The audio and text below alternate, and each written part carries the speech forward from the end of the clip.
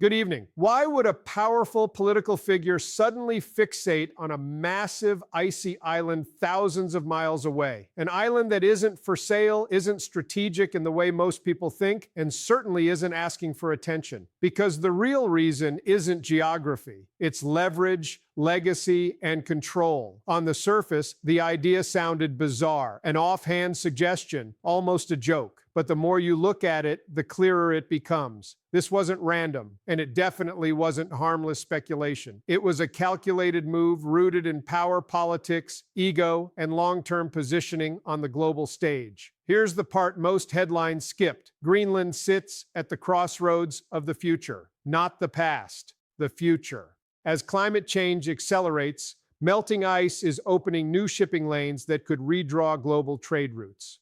What used to be frozen and inaccessible is slowly becoming navigable, and whoever controls access to those routes gains enormous economic and military influence. This isn't science fiction, it's already happening.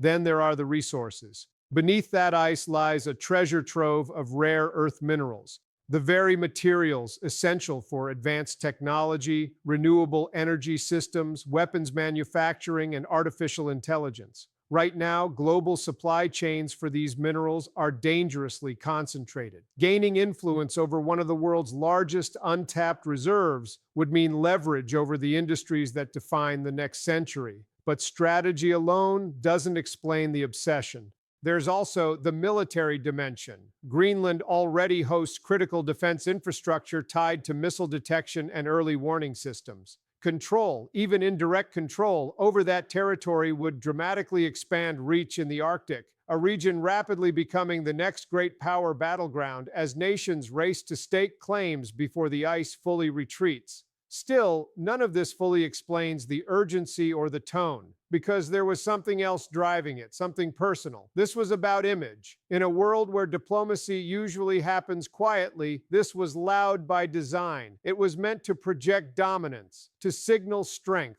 to show supporters that no idea was too big, too bold, or too unconventional. Buying land, expanding territory, making history headlines. These gestures weren't about feasibility. They were about spectacle, and spectacle plays well with a certain audience.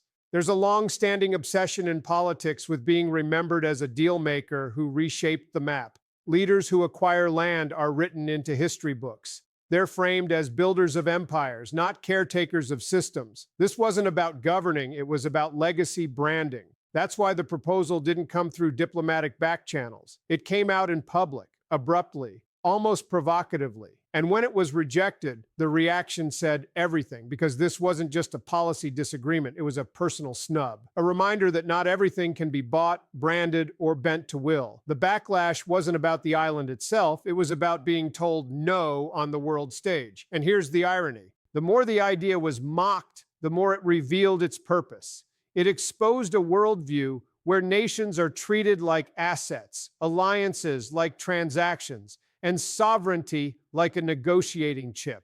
A worldview where global leadership is measured not by cooperation, but by ownership. So when you hear the question, why Greenland? The answer isn't ice, it isn't location, and it isn't even strategy alone. It's power, perception, and the desire to be seen as someone who takes, not someone who negotiates. And that tells us far more about the motivation behind the idea than any map ever could. And there's one more layer to this story that rarely gets discussed, but it may be the most revealing of all, because this wasn't just about acquiring territory, it was about distraction. At the time this idea surfaced, pressure was mounting at home. Investigations, legal scrutiny, political backlash, headlines that weren't flattering, and narratives that weren't controllable. Introducing a shocking, headline-grabbing proposal instantly shifted the conversation.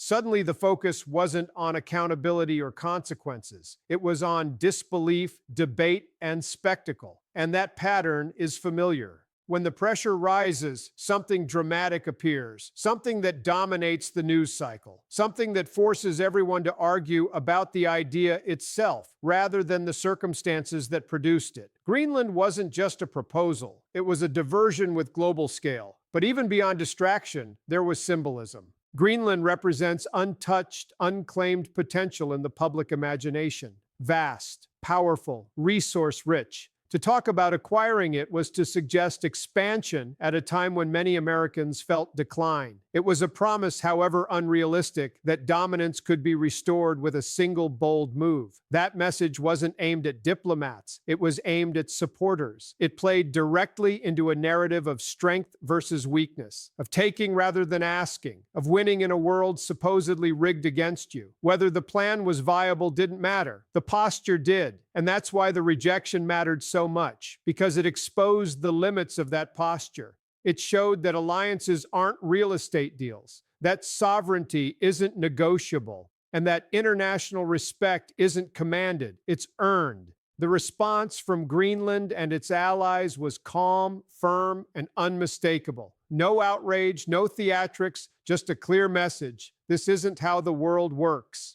And that quiet dismissal did more damage than any public confrontation could have. It revealed a widening gap between how global leadership actually functions and how it was being portrayed. It showed that bravado without consensus doesn't translate into power. And it reminded everyone watching that even the loudest voice can still be ignored. In the end, Greenland was never really the point. The point was the mindset behind the idea, and what it reveals about how power, history, and leadership are viewed. A mindset that sees the world as something to be acquired rather than shared, controlled rather than understood. So when you hear that question again, why Greenland? Listen closely to what's underneath it, because the real answer isn't about ice or minerals or maps. It's about how power is imagined, how legacy is pursued, and how far some are willing to go to appear strong, even when strength looks very different in the real world.